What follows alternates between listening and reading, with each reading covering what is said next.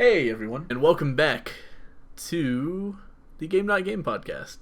Forgot what I was introducing for a second there. Hi Zen, how are you Hi, doing? Green. I am doing fantastic. Zen. Hello. He also does the podcast. We both do Yes. the podcast together. Simultaneously, even. Good intros. As always, I'm really good at these intros. Anyway, so diving right into it, or digging right into it, because that's the name of the blog entry I'm going to be reading. Interesting collision of the game and not game worlds this week. Pornhub last week on their blog released some statistics about Minecraft searches. On their, which is like, that's not something you would expect, right? People go onto Pornhub and they search Minecraft, but apparently it happens a lot. In fact, since 2014, there's been a 326% increase in Minecraft searches. You can watch the graph go up if you go to pornhub.com/insights/Minecraft-searches. You can follow along with us, see some really interesting graphics if you happen to be at a computer. It's good stuff. Some interesting graphics on Pornhub. Mm-hmm. Yeah, there's no porn on the site. It's, it's not. It's a blog site, and it's just interesting statistics.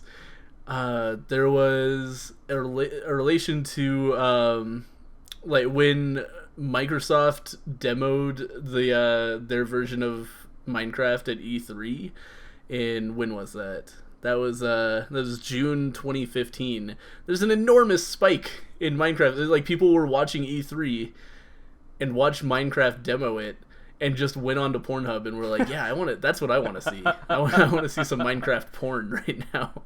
It's really good. And also, even weirder, in May 2015, there was an even larger spike. And that was related to news reports that millions downloaded a fake Minecraft app containing malware on their phones. And people were reading about that and then decided to go on Pornhub. Maybe the malware was actually forcing them to do that, I don't know. But there's a ridiculous spike. It's like 4 times the normal Minecraft searches happened on the day when a bunch of people downloaded malware Minecraft bullshit.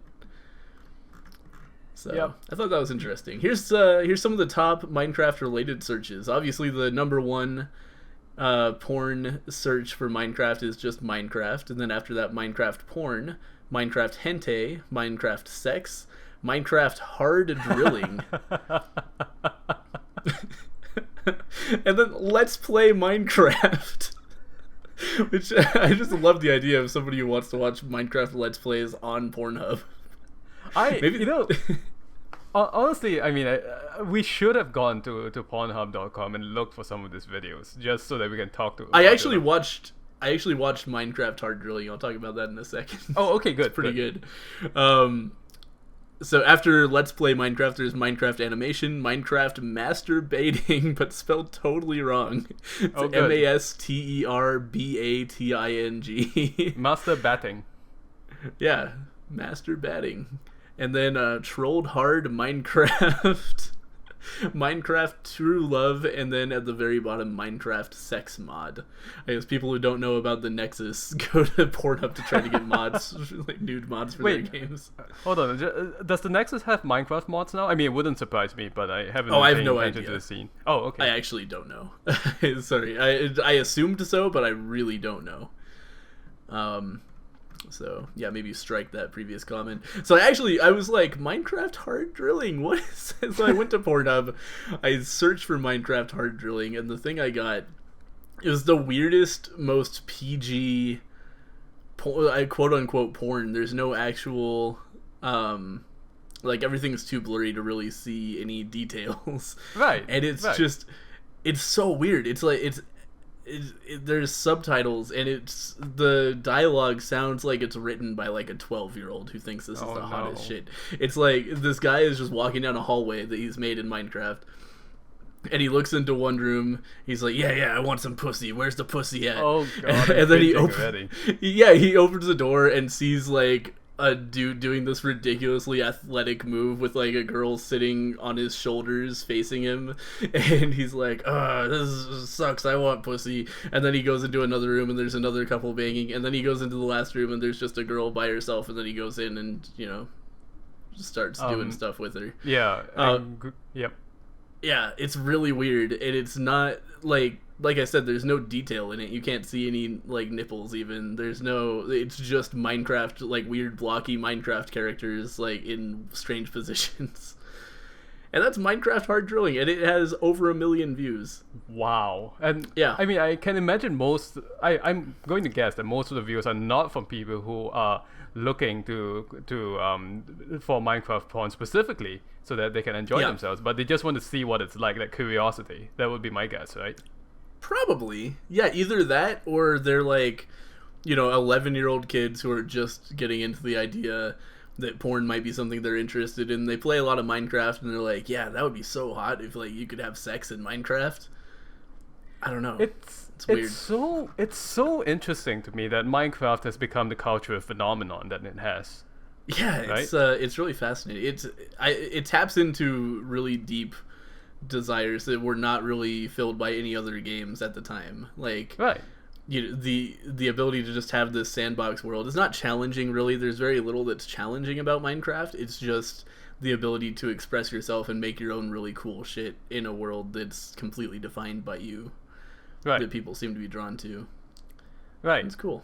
Yeah. I mean, I hear these things, like, for example, Microsoft bought Mojang because they needed a way to get younger people to put Microsoft more in their lives, basically, because the Apple has been so dominant. Yeah, absolutely. So it's really interesting that as these young people grow up, they find ways and means to relate to Minecraft in the way a normal human life would progress. It just, the relationship to it changes as they get older. Mm-hmm. It's so interesting, and yeah, it's really fascinating. Maybe when they're 25, there'll be Minecraft accounting videos. I don't know. Like, once they stop looking for once they pass their hormonal adolescence phase and they start thinking, I better save for retirement. And we'll see a lot of Minecraft themed marriages. That's going to happen for sure. I mean, I'm sure that. It's probably already has. Yeah, there's like people do like Reddit themed marriages sometimes. Really cringy. Yeah, yeah. That stuff really makes me uncomfortable. Did you ever go and read up? I mean, this is extremely common, of course. Like MMO marriages in general, people getting married in game in MMOs. That's extremely common. Oh yeah. I've seen that. I actually, like, my girlfriend at the time and I, when we were like 14, had, we didn't think we were actually getting married, but it was just a party with the rest of our friends who played that game, and we had a stupid like wedding thing. Right. Yeah. Right. Yeah. It's that stuff happens a lot. Yeah. To clarify, I knew my girlfriend in real life. We didn't meet through the game or anything. Right. I think you're right. In like 5 to 10 years, there'll be a sudden spike in Minecraft themed marriages. That's going to happen. Probably. Yeah. I would imagine so. So that's that. You gave us see, what else is there to see in here? There's a really good. Sorry, go ahead. No. I just wanted to see what they meant by digging devices, but they meant a device used to access Minecraft porn. What were you going to say? I was going to say one really interesting statistic they give us is like frequency of terms searched prior to searching for Minecraft. So people go on Pornhub, and before they settle on, that's what I want to see, some Minecraft porn, first they go to Halo, Clash of Clans, Call of Duty, Fallout 4, Team Fortress, Lego, Black Ops 3, Cutie Pie, which I'm not sure what that is, Pokemon, Roblox, Cartoon, Let's Play, PewDiePie, Star Wars, and Skyrim. Yeah, so people go on Pornhub, search for PewDiePie, and then get disappointed that there aren't like PewDiePie sex tapes. They're just like, fuck it, I'll just jack off to some Minecraft. Maybe they were expecting a bro fist or something. Heyo. Oh man. Yeah, so I think that's the most interesting information. Obviously, vast majority of Minecraft searchers are 18 to 24. followed by 25 to 34, 35 to 44, and other. I have to imagine, though, that they're 18 to 24 because you have to tell Pornhub that you're over 18 to view any videos. Right. So that's probably a little bit skewed in favor of legal pornography viewing age. I would love to know. I really wish we could see actual age statistics. Oh, God. Well, the thing that weirds me out, though, I mean, maybe more than Minecraft itself, is Clash of Clans. Why? Why would anyone be looking for that on Pornhub? Wait, it wasn't that the one that had the very erotically themed commercials? I don't think they... Oh, no. Was well, yes, I think they did. They got that one model. Yeah. What's the name? Yeah, so that's that exactly why. explains it. Yeah, people just see the ad and they're like, "Oh, that looks hot. I don't want to like play the game, but I'll jack off to her." And then there's probably nothing on Pornhub. Yeah, that's true. Okay, that makes a lot more sense now because otherwise I'd be thinking, why? Yeah, that is second only to Halo in searches related to Minecraft. This is a very narrow race. I'm surprised Halo's so far up there. I guess like Cortana's been getting. Oh pretty yeah, good, yeah. So. Yeah, that's a good point. I didn't even think about that. I was thinking what possibly, but then you said Cortana. Yeah, she's always been a naked blue lady, but as the fidelity of the series has gone up, she's become more and more obviously sexualized. It's kind of, well, you know what? You know what's really interesting? A couple of weeks ago, we were doing Tomb Raider, and it seems like. As the fidelity went up, she became a little less sexualized because they were trying to reboot her, right?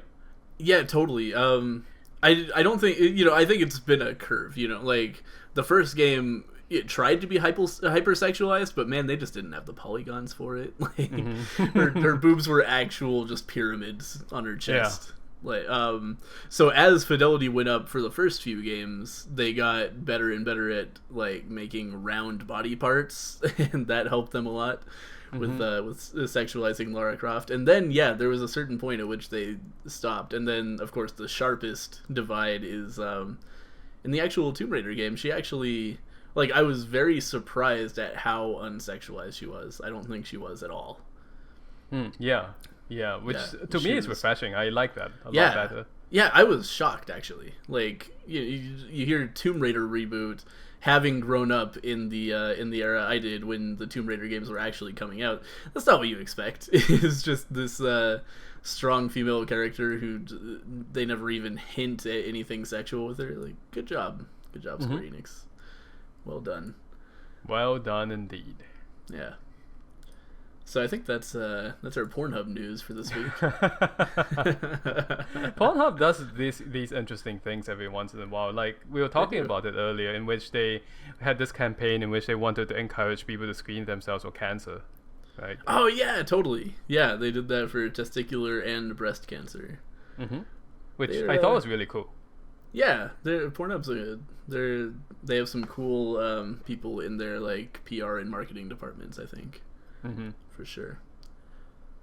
And stuff like that, like the blogs where they show statistics and stuff. I find that stuff so fascinating. Like the way that people interact with media, especially a media like porn that used to be like nobody would ever talk about that kind of thing. So you don't really know. It's not something you would ever talk to somebody like, oh yeah, what do you tend to search before you search for Minecraft on Pornhub? So it's the sort of thing you couldn't know until these big data gathering companies went in and did it. Right. And I find that really fascinating to find out the psychology behind some of that stuff.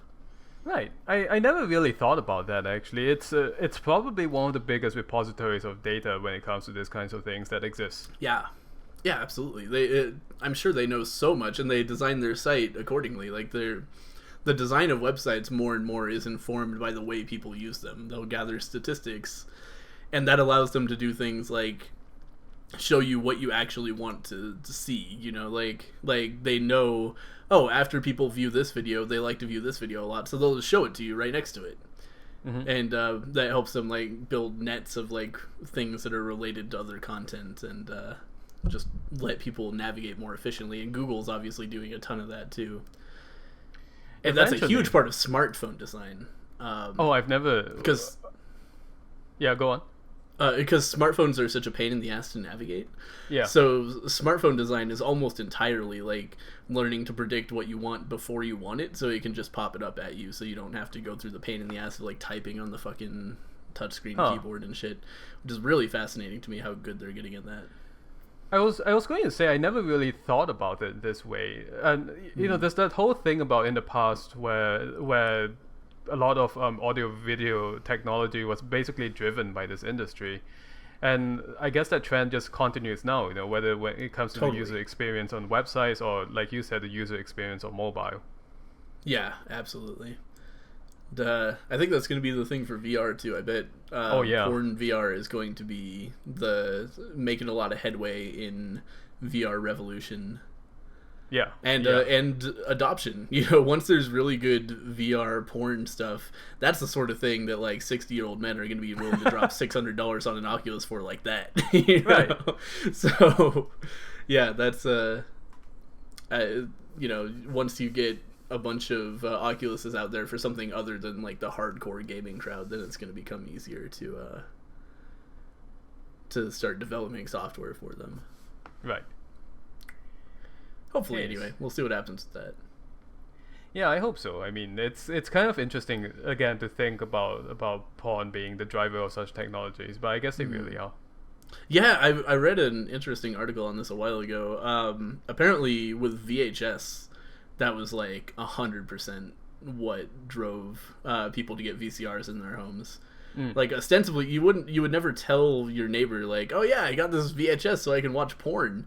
But that's what was actually going on. Like, something ridiculous, like 70% of early VHS sales were porn. Mm-hmm. And then gradually, you know, as VHS was adopted more and more and the technology got cheaper and everything, then people would get them for the family, watch, you know, Disney movies and shit on them. But that was not how it started. Wasn't there a similar effect going on for Kindles and 50 Shades of Grey? Was there? I don't know. I heard about that. That's what I heard. That, you know, because it's, I mean, traditionally, if you walk into a bookstore that had an erotica section, you would have to stand in front of the erotica section and pick out the books, right? But the Kindle is such an conspicuous way to read these kinds of things that you can just download them and read them. Nobody's going to know. Oh, so, totally. Yeah. That makes perfect sense. I had never thought of that or heard about that, but I'm sure that that's the case. Yeah. Mm-hmm. Yep. So I think this is really interesting. And what was I going to say about that? But now you can just walk into. Oh, back then you could just walk into Costco to buy 50 Shades of Grey. So yeah. So you still have to, like, you know, put it in your basket and take it to the checker, though. That's true. Like, that's true. Yeah, that is true. So thank you for the blow-by-blow description of Pornhub and Minecraft. Speaking of blowing, you wanted to talk about a man who blows into a thing on Twitch, right? Oh, is that what you're talking? I thought you were talking about the Jonathan Blow P thing. Oh, well, we could have gone both ways with that. Yeah, that was an excellent segue. That could be any of our topics tonight. It could be any of our topics. Let's talk about Jonathan Blow peeing into a barrel, or whatever that is. That's a nice short one. Jonathan Blow just tweeted that, you know, in the service of working on The Witness, he made this, and then posted a picture of a bottle of pee, or that's what it looks like, with a straw in it. It's pretty good. You should go check that out. If you don't know who Jonathan Blow is, he is the incredibly smart man who made Braid, which was one of the pioneering indie games way back before indie games were a major thing at all. Braid is still a classic. It's still a really excellent game, actually, about time travel. And it's just super intelligently designed. Really, really good game. And he, since then, has been working and spending all of his millions of dollars in Braid money on making a game called The Witness, which is going to be some sort of first-person puzzle game, and that's really all I know about it. It's surely going to be really good. And that's coming out soon. I've been hearing about The Witness for at least 4 years now. Yeah, right? It's been basically since Braid came out that Jonathan Blow has been like, oh yeah, my next game, The Witness, and just gradually trickling out. Like, it was years before we knew it was going to be a first-person perspective. Like, we knew nothing about it. And it's been so long. It's been in development for so long, and it's finally coming out. It blows my mind. Yep, blows your mind.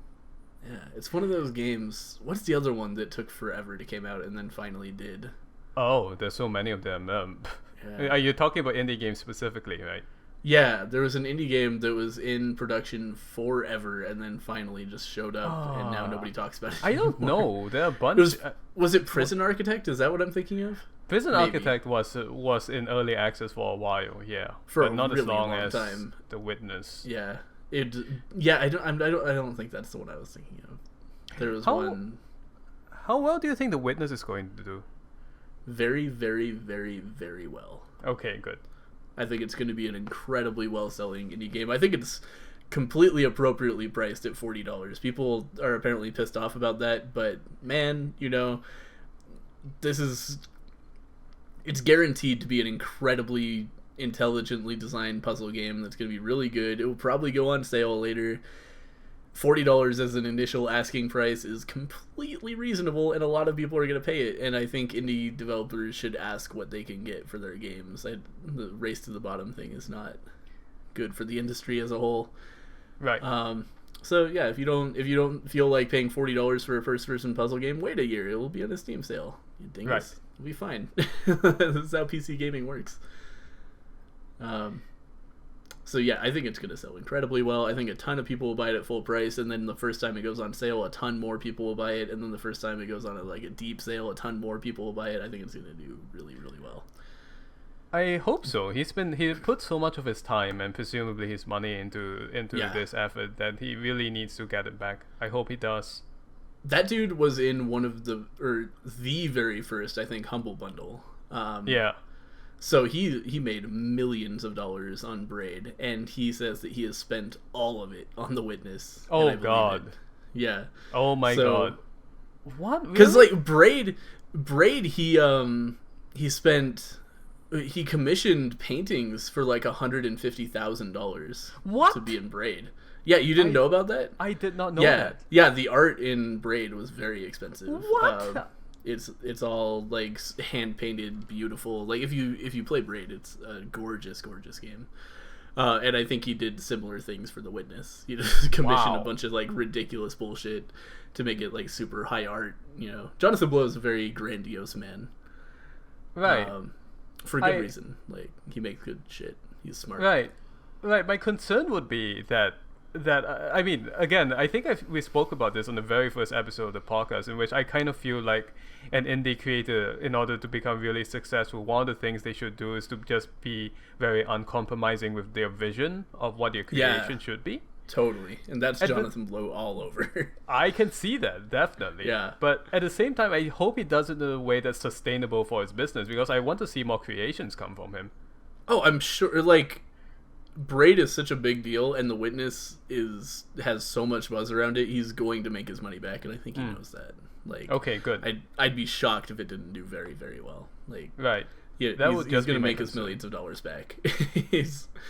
Not every indie developer can get away with that. I'm not saying every indie game developer should be putting millions of dollars into their product, because that's impossible. But when you're in the position of Jonathan Blow, when you've already made Braid, you can get away with some ridiculous shit because you know that you're going to make that money back. Right. Well, good luck to him.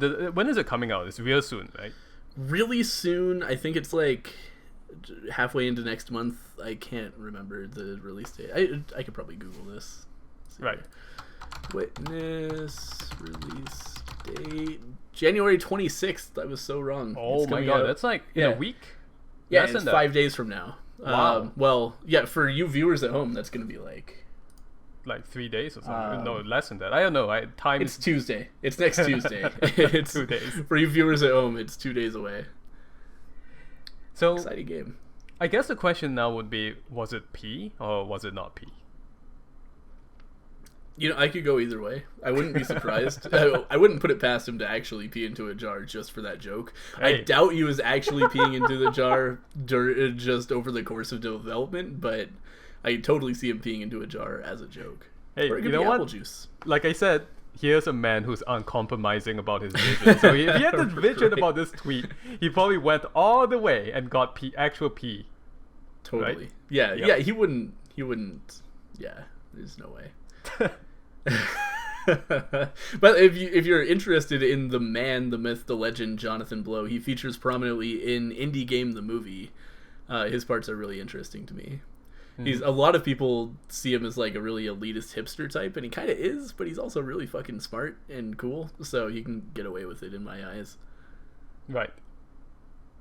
Cool dude, Jonathan Blow. I should. And follow that's what him. I thought you were segueing into. Yep. As for the But you other were actually blows- segueing into. Go ahead. Yep. Sorry. That's again. As for the other thing, we were going to segue into the man who blows on Twitch. Mhm. Odyssey. Yeah, and without getting banned, which is incredible. Yes. You're not going to introduce it? Oh no! Oh, I thought you were going to do it because you introduced Okay. it to me. But yes, Okay, I'll sure. Go ahead. Yeah, go ahead. Oh, either way. His name is Monotone Tim, and he's a streamer who does a lot of like really crazy variety stuff, like lots of super weird shit, like crazy games that barely work, or like old games that are just bizarre and fucked up, or in this case, he taught his Nintendo 64 emulator how to convert waveform audio in the form of like musical notes into inputs on a Nintendo 64 controller, and then he took an ocarina and played The Legend of Zelda Ocarina of Time with that ocarina. And it's magical to watch. It's incredible. He's just, you could just see him struggling with things. Like he'll be like, when I saw him, he was in Jabu Jabu's belly, which anybody who's played the game knows, big pain in the ass to get around. You have to carry this fish lady around with you, and he'll go up to her and like he'll be like, and then he'll pick her up like after walking around a fucking circle around her because it's so hard to control precisely what he's doing. And there were so many parts that were just so difficult. He was using save states sparingly, but he really needed them because it was like, yeah, super fucking hard. It's so funny. It's so funny. I'm pretty sure those are going to be on YouTube. If you search on YouTube for Monotone Tim Ocarina or Ocarina of Time with a real ocarina or something like that, I'm pretty sure it'll come up for you. Really, really good. I think the part that made me crack up the most was when he had to blow into his ocarina or something for a very long time to make a long jump. Yeah. And he just fell. He just went flat on his face with an ocarina down below him, like the most perfect sound effect. Well, it was like, when you're actually playing a game with a controller and you have to do something really like fast or hard, so you push really hard on the stick. I'm sorry, I'm 12 years old. Yes, fast and hard on the stick. Go on. Yeah, fast and hard. No, but like, you'll push a button extra hard or something. It was like that, but he did it with the ocarina, so it was just like a super loud sustained note that went for longer than it needed to, and then he didn't make it and he fell. Oh man, beautiful. That was so gorgeous stuff. What a streamer. That guy is great. Monotone Tim on Twitch, you should follow him. He just so aligns with my sense of humor. Yeah, I'll tell you. I mean, for those of you who are familiar with my YouTube channel, that's the kind of stuff. If I were a full-time streamer, that's exactly, well, he's more creative than I am. I would say that for sure. But I have a lot of admiration for him because he finds so many crazy and cool things to do. Yeah, he's really funny. So one time I saw him playing Roller Coaster Tycoon, and he made, that Nicolas Cage movie? I don't even know the name of the movie, but it's the one with the famous scene. What is it? So, wait, go on. I interrupted you. It's the one with the famous scene where there's bees all over Nicolas Cage's face. Yeah, that's like, the one. the bees! They're in my eyes! So he took that sound clip and used it in Roller Coaster Tycoon. You can like put sound clips into your roller coasters. So he put in that, and he had a roller coaster, and the whole thing is just like you go up over a hump, and then you go down, and there are a bunch of bees under you, and then you go back, and the whole time you're just hearing Nicolas Cage scream about bees. And then he put a sign in that rotated between like two pictures of Nicolas Cage's face, like with and without the bees on it. Oh god. Oh man, it was glorious. It was so good. And he had another one that was just like a swing where you listen to Africa by Toto. What? Really, really good. But it was like a shitty version of Africa. It was like one that he made in a MIDI or something. It was really, Good. Yeah. Oh, it was glorious. Really funny shit. Good streamer. I like that guy. Does he stream very often? Reasonably often. It seems like at least a few times a week. Okay. Seems like to me. Sometimes he gets busy. He's a grad student, so sometimes Yeah. he'll be in the middle of something important and not stream for a while, and sometimes he'll stream a lot. My girlfriend Katie just happened to see him playing Oregon Trail one time, and followed him, and then like I was kind of into the Oregon Trail stream, but it wasn't really my cup of tea. And then she was like, "Oh my god, Greg, you have to watch this guy." And that was when he was playing Roller Coaster Tycoon and making the V coaster. I was like, "Okay, I'm in. I'm sold." What a guy. Yep. Monotone Tim. Mm-hmm. What else were we going to talk about? Oh, haggis. Oh yes, the haggis. The world's most expensive haggis is on sale for $5,600. It is what a steal! It is a steal, and get this, it contains Wagyu beef, white truffle, Tally cherry black pepper, and edible 24-karat gold. That last bit is probably why. How do you make it edible?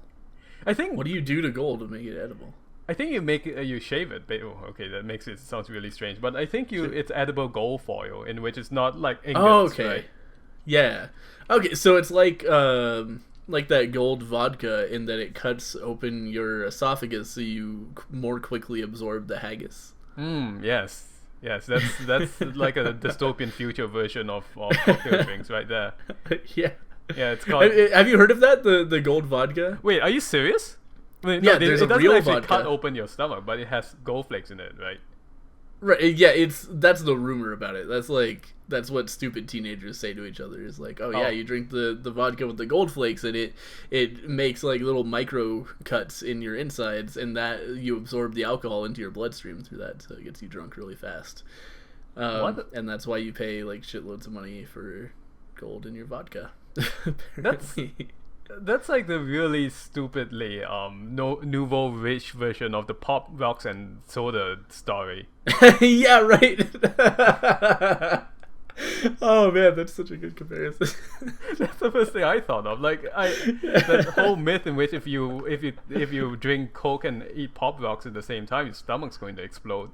Yeah, you have to swallow the Pop Rocks really fast though, so they don't pop before they get into your stomach. Oh yeah, okay, it's got to be a perfect storm. That's a good way to put it. It's a perfect storm. Oh man.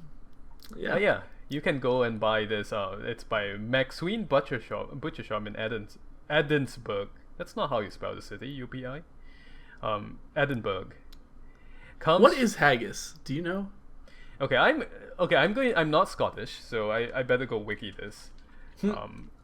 I've never had a haggis. I have an idea that it's like some sort of carefully rotted meat, but I'm not sure if that's accurate. No, actually, that's not accurate. It's cooked. So what it is technically... Well, it's cooked. Yeah. It's a savory pudding containing sheep's pluck, which is the heart, liver, and lungs. Minced with onion, oatmeal, that's a good use of oatmeal. Better than having sweet oatmeal. Spices and salt mixed with stock, encased in the animal's stomach. So that's what it is. So they put it in, and they don't age it? They don't age it as far as I know. Let me see. The history and etymology, modern use. Trivia, it's yeah, I don't think they age it at all. Interesting. Okay, yeah, I had the impression they put all this shit into a stomach and then let it do kind of a cheese kind of thing where it doesn't rot, but it like ferments. It doesn't ferment. There's another word that would be better. But I thought it did that, but I guess not. Yeah, it ages. Yeah, but it's not aged. Fascinating. Yeah, it's interesting you say that because I guess as you know, since you brought it up, that's how cheese was first made, right? They put milk in the stomach and the rennet in that caused it to curdle. That must be where I got the idea too. Is like, oh, they put it in a stomach. They must have left it around for a while. That's just how cooking with stomachs works, right? No, guess not.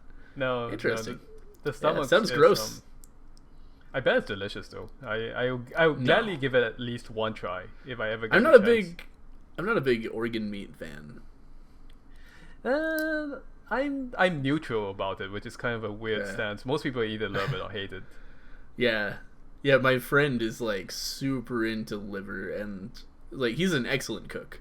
Really like chef level artisan, and he's super into liver, and he was like, "Oh, you've just never had good liver. You got to try my liver. I do a bunch of crazy shit to it that makes it really good." And I tried it, and it was like the taste was good, but the texture just triggers my gag reflex. Oh, it's a texture thing.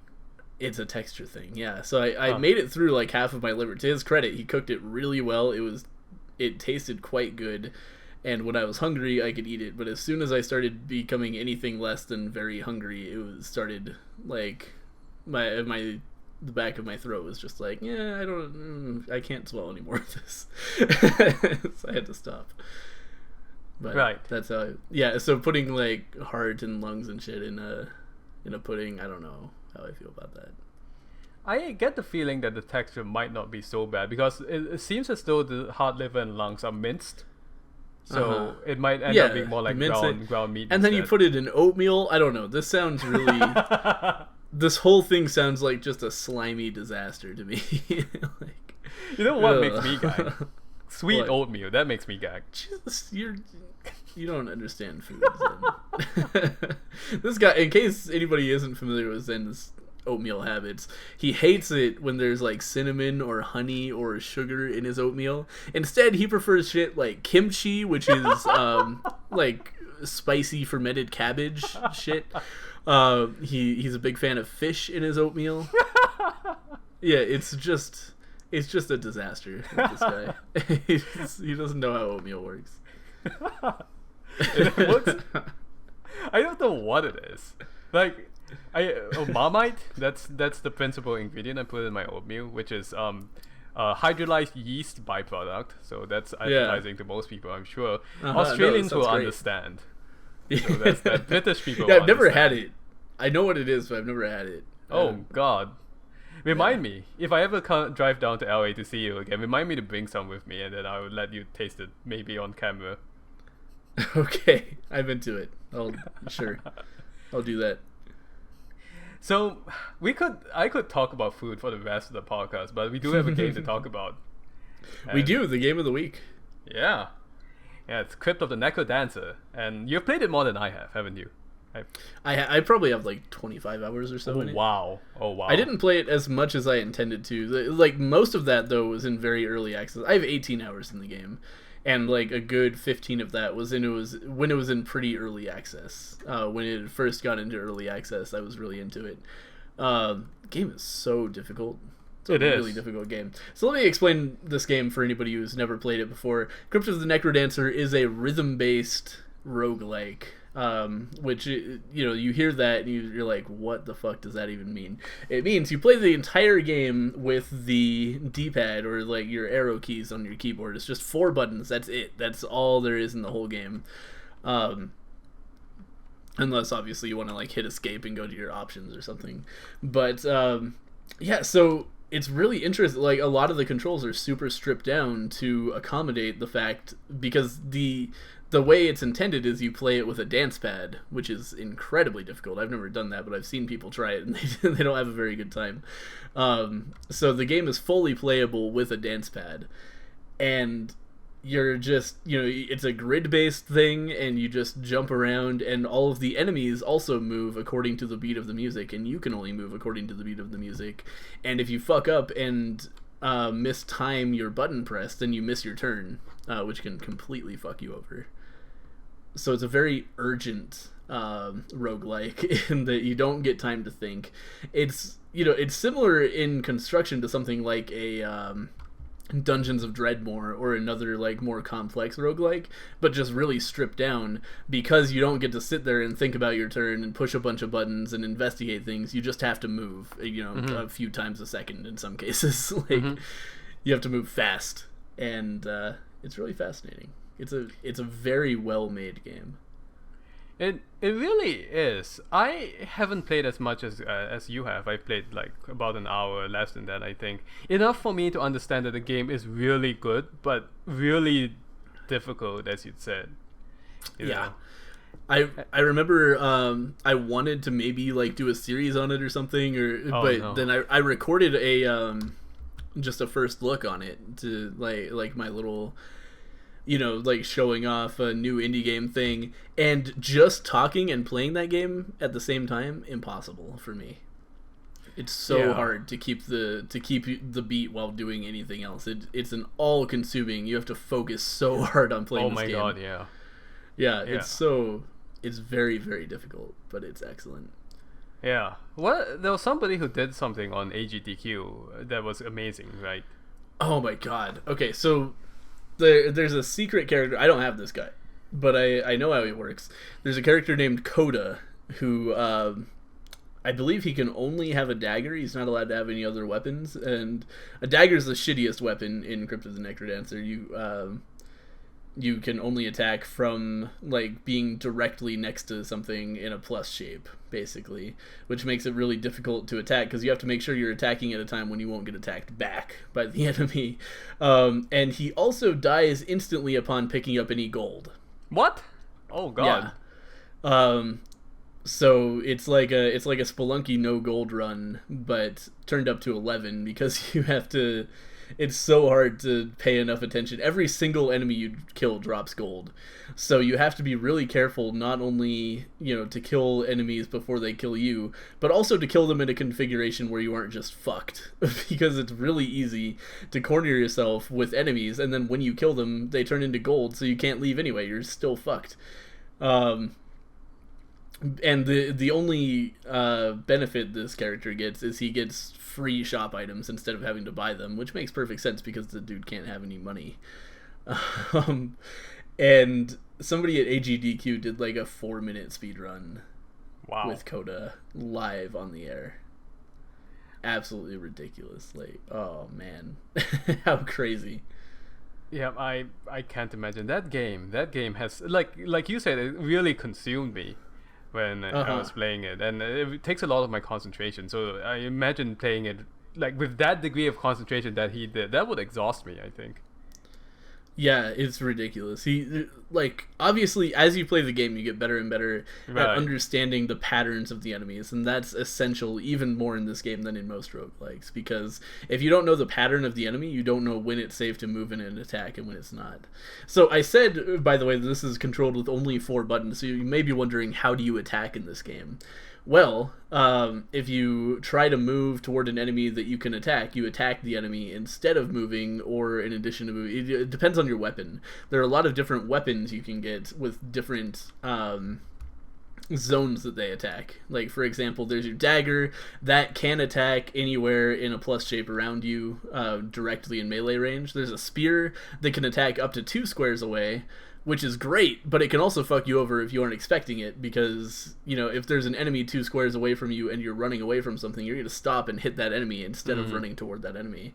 And, spear is one of the easiest ones to use, but something like a broadsword attacks in an arc around you, the 3 squares in that direction from you. So if you're trying to run away from something, if there's something in a diagonal by you, then you're going to stop and attack that guy, and it makes it really hard. So you always have to be thinking. There's so much to think about every move. You have to really consider, okay, if I attack this guy, what is my character going to do? Or if I try to move this way, is there something I'm going to attack instead? And this all has to happen in under a second, because that's how fast the beat of the game is. So you can see how very quickly this becomes an incredibly difficult game to play. Oh man, but it's great. Really smartly designed. The music is actually really good. Music is excellent. It's made by Danny Baranowski, who did the music for the original Binding of Isaac, if that gives you any idea of how fucking sweet the music is. Listen to it. It is great. It is great. Yeah, I am so happy. Well, it's integral to the experience of a music-based game, of course, to have music that is fantastic. If you don't like the music for some reason, or if you get sick of it, I believe you can import your own music into the game. Yeah. Oh my god, I didn't know that. I think so. I saw an option in the menu when I was doing that. So if you wanted to, you could have polka. I don't know why polka. That's the first thing that came to my mind. Or Poker Face. Yeah, or Poker Face, Lady Gaga. Yeah, I imagine something like with a beat like that would be more suited for playing a game like this, not eine kleine Nacht music or something. Yeah, that music. Mozart. For those of you who didn't understand my atrocious German accent. I didn't actually. I thought you were talking about Rammstein. Oh no! I was talking about A Little Night Music. It's that one very famous piece okay. by Mozart. I know what you're talking about now. Yeah, Rammstein. Rammstein would actually be great. Yeah, Feuer frei. I've only ever listened to. Was it called Du Hast or something? Did Rammstein ever come up with a song like that, or is that some other band? Yes, that's definitely a lyric. I'm not sure if that's the title of the song. Yeah, I think that might be Feuer frei actually. Oh really? I don't know. I get Rammstein songs mixed up. They all sound the same to me. So I mean, it may or may not be Feuer frei. The reason I say this is because it reminds that when I used to work in a lab, one of my coworkers just liked playing 90s alternative music, and I think Rammstein was one of them. Although it's debatable whether it fit in that category of alternative, but he liked it, so it always reminds me of the lab. Huh. That's an interesting way to think of it. I did a few juggling routines to Rammstein, so that's what it always makes me think of. Yeah. Obviously with fire involved. Yes. Is Rammstein like heavy metal-ish, I guess? It is, yeah. Well, that's really appropriate then. Like screamo, heavy metal, yeah. Were you dressed up like a heavy metal musician when you're juggling these things? I was dressed like I dressed, which meant that I had long hair and a t-shirt and jeans, so kind of. That sounds more like Nirvana, actually. Yeah, that's more accurate. Grunge juggling. Grunge juggling. That's a good word for what I did in high school. What would you juggle? Balls, bowling pins, teen spirit?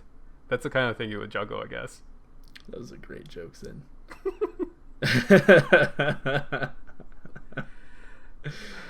Oh man. When I was in freshman chemistry at my university, you know how I had to do like 3-hour long labs. I had to be in the lab for up to 3 hours, depending on how fast I could finish the stupid experiments, like burning a thing in a crucible or whatever. Sounds very heavy metal, come to think of it. That does. Yeah, it does. Burning a thing in a crucible is actually one of the songs from my new metal band. Yes. But he would play he would play 50 Cent. I think I remember that very clearly. That was the soundtrack to my chemistry days in freshman chemistry, just rap and hip hop and 50 Cent. So whenever I think of that birthday song that he wrote, I also think of chemistry. That's amazing. Yep. That's good. So next time you go to a chemistry lab, do suggest to your TA or to your teacher's assistant, either have Rammstein or 50 Cent. He would love you for it. It goes well with science. Yeah, it does. So, is there anything else about Crypt of the Necrodancer that we missed? Let's see. Oh, yeah, one really interesting mechanic that the game has is that you can dig through walls. Oh yeah. There's a pretty elaborate shovel system. So really all of the equipment follows or weapons and shovels anyway follow a tier system where it's like there's your standard material that does normal damage, and then there's titanium that does 2 damage, and there's gold that does more damage after you pick up gold, and there's blood that heals you, and there's obsidian that depends on your combo. Like, you build up combo as you don't miss beats and don't get hit, but if you fuck up, then your combo goes back to 0. So obsidian will do really well if you're doing really well, but it will be a basic weapon if you just missed a beat or something. And then shovels also follow a limited version of that tier. So there are different types of wall. You start out with just your default shovel, and that lets you get through normal walls, which lets you be way more creative than most games like this in your movement, because instead of like following the routes that are prescribed by the level, you can just burrow your way through. It's kind of Spelunky-ish in that way, except you don't need bombs to do it. Which is a really smart design decision. I think it helps you get out of some sticky situations and like skip beats while standing still, which is really important for some enemies. You can just stand and dig a wall.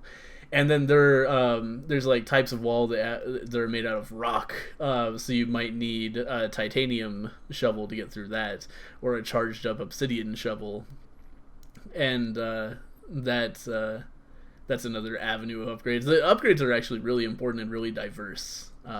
Tons and tons of different items that you need to be able to recognize, and there's shops on every floor that you can pick them up from. There's spells in the game. The way you use a spell is by using a combo of buttons or an item also. So whereas like just hitting up or down will just make you move, if you have, say, like a piece of cheese you want to eat to gain some health, you can push up and left at the same time on the same beat, and that lets you eat your cheese. Or you can cast like a heal spell or like a fireball spell that does this burst of damage in either direction from you. I screw up on those directions all the time. It's I'm just really clumsy that way. So instead of casting a spell, I eat a piece of cheese or something. Yeah, totally. It displays it really well to you, but it's still easy to fuck it up. The interface of the game is really smart. Everything about the game, it's just one of those games where when you play it, you can tell it's been like they play tested the fuck out of it. Like it's just, everything is so clear and so responsive and so good. Really well made game. I really enjoyed it. Yeah. So I think we could probably bring the podcast to a close. I guess so. Yeah. Remember that you can always send your letters to us at GameNotGameMail@gmail.com, or come and find us on Twitter, or even the comment in the YouTube comments if you want us to talk about anything in particular. Yeah, we're always looking for interesting suggestions. If you found something like, another Pornhub insight that you think is interesting or anything along those lines, or have an experience in games or not games that you want to share with us, we're always looking for cool stuff to kick off a discussion. So let us know what you want to hear us talk about. Yep. And what's next week's game of the week? Next week's game of the week is newly released out of early access game Darkest Dungeon, which is a turn-based survival game about how fucking hard it would be to actually take a party of adventurers and go through terrifying dungeons full of monsters. A big theme of the game is like mental illness and distress that comes from like trauma, like psychological trauma that happens to your people. Really like very, very dark take on the team of adventurers goes and does turn-based combat together genre. Yep, it's actually a really good game. So if you have it, be sure to play along with us. Play it this week and join us for our discussion about that on Game next week. Absolutely. And if you have any experiences with Darkest Dungeon, email them to us and we can share some stories on the air. So thank you guys all for watching. If you're over here, if you're on YouTube, I should say, you should make sure to check out Zen's channel as well, youtube.com/Zen and Cyrene. Our weekly Binding of Isaac race is over there this week, in which we took a bunch of syringes that we found laying around and saw what happened. So, also, shit gets crazy in that episode. Oh yeah, you're right. Oh my god, especially on your end. Yeah, I got some Dr. Fetus upgrades that maybe weren't the best together, but were very spectacular visually, so you should check that out. Yep. It's a good time. Thank you guys for watching. We'll see you guys next week on the Game Not Game podcast. And as always, if you're watching this on YouTube, you are here on Green's channel. Be sure to check out his other videos as well. And we'll see you guys next week. Bye-bye. Bye, everybody.